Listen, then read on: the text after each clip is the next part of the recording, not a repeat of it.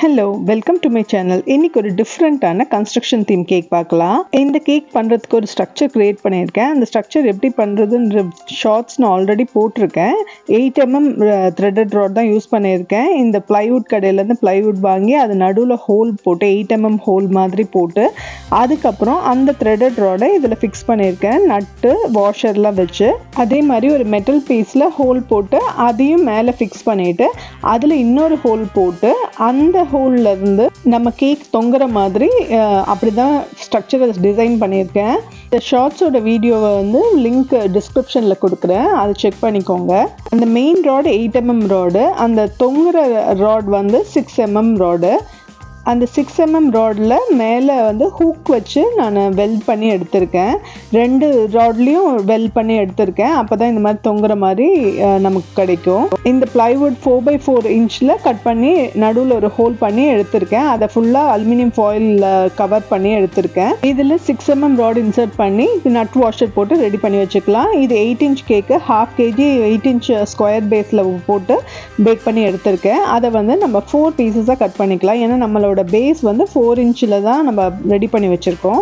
அதனால 4 inch 4 inch-ஆக cut பண்ணி எடுத்திருக்கேன். 4 லேயர்ஸ் வருது. அதனால இப்போ அந்த 4 லேயர்ஸையும் அந்த நம்ம ரெடி பண்ணி வச்சுருக்கோம்ல அந்த அதில் வச்சு நம்ம ஃப்ராஸ்ட் பண்ணி எடுக்க போகிறோம். அது கீழே நிற்கிறதுக்காக நான் தெர்மோகாலில் ஒரு ஹோல் போட்டு அதுக்கு மேலே வச்சு ஃப்ராஸ்ட் பண்ண ஈஸியாக இருக்கும் ஃப்ராஸ்ட் பண்ணுறதுக்கு, இல்லைன்னா ஆடிட்டே இருக்கும்.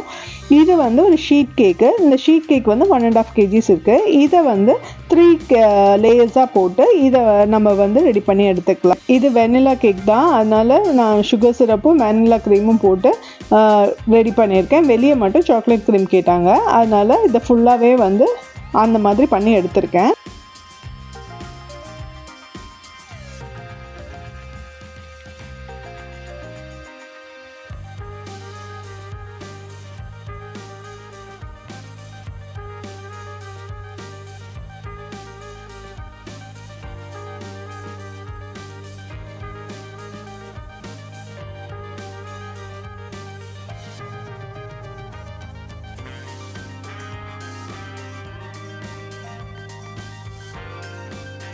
க்ரம் கோட் முடிச்சதுக்கப்புறம் வெளியே சாக்லேட் க்ரீம் போட்டு ஃபுல்லாக ஃபினிஷ் பண்ணி எடுத்திருக்கேன்.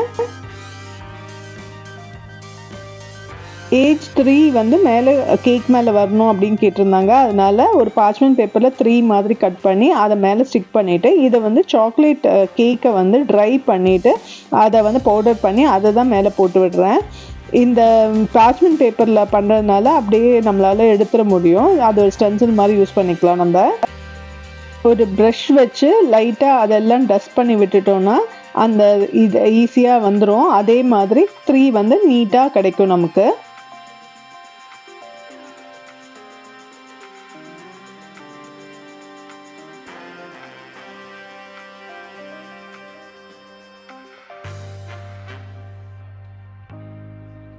மேலே இருக்க க்ரம்ஸ் எல்லாம் கிளியர் பண்ணதுக்கப்புறம் மெல்லமாக அந்த பார்ச்மெண்ட் பேப்பரை எடுத்துட்டா இந்த மாதிரி கிடச்சிடும். அந்த எங்கேயாவது கொஞ்சம் இது இருந்துச்சுன்னா அதை டச்சப் பண்ணிக்கலாம் நம்ம.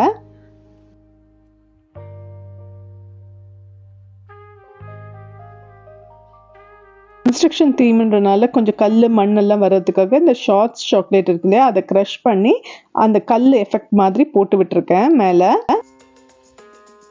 சைடில் நம்ம பண்ணி வச்சுருக்க ஸ்ட்ரக்சர் கவர் பண்ணுறதுக்காக இந்த மாதிரி பிரிண்ட் எடுத்து வச்சுருக்கேன். இந்த க்ரெயின் லுக் வர்றதுக்காக இப்படி ஒரு நான் எடிபிள் பிரிண்ட் தான் இது. அதை வந்து ஒட்டி இந்த மாதிரி ஃபிக்ஸ் பண்ணியிருக்கேன். இது நம்மளோட அந்த ஃபுல் கம்பியுமே கவர் பண்ணுற மாதிரி நான் பிரிண்ட் எடுத்து வச்சுருக்கேன். அதை வந்து ஃபிக்ஸ் பண்ணிவிட்டு மேலேயும் அந்த இது பார்ட்டியும் கவர் பண்ணி ஃபிக்ஸ் பண்ணியிருக்கேன்.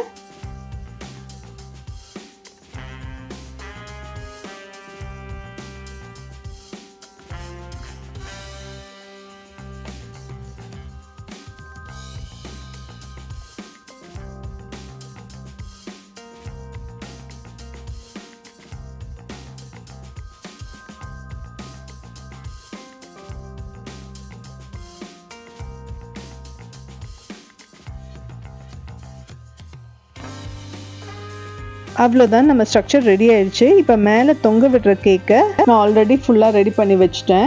நம்ம க்ரம் கோட் பண்ணி முடிச்சு வச்சுருந்தோம் இல்லையா, அதை ஃபுல்லாக ரெடி பண்ணிவிட்டு அதை வந்து இதில் தொங்க விட வேண்டியது தான். அவ்வளோதான், நம்ம கிராவிட்டி டிஃபையிங் கேக்கு ரெடி ஆயிடுச்சு.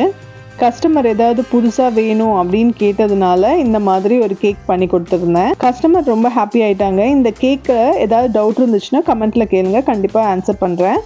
இந்த வீடியோ பிடிச்சிருந்தா லைக் பண்ணுங்கள், மறக்காமல் சப்ஸ்கிரைப் பண்ணிக்கோங்க.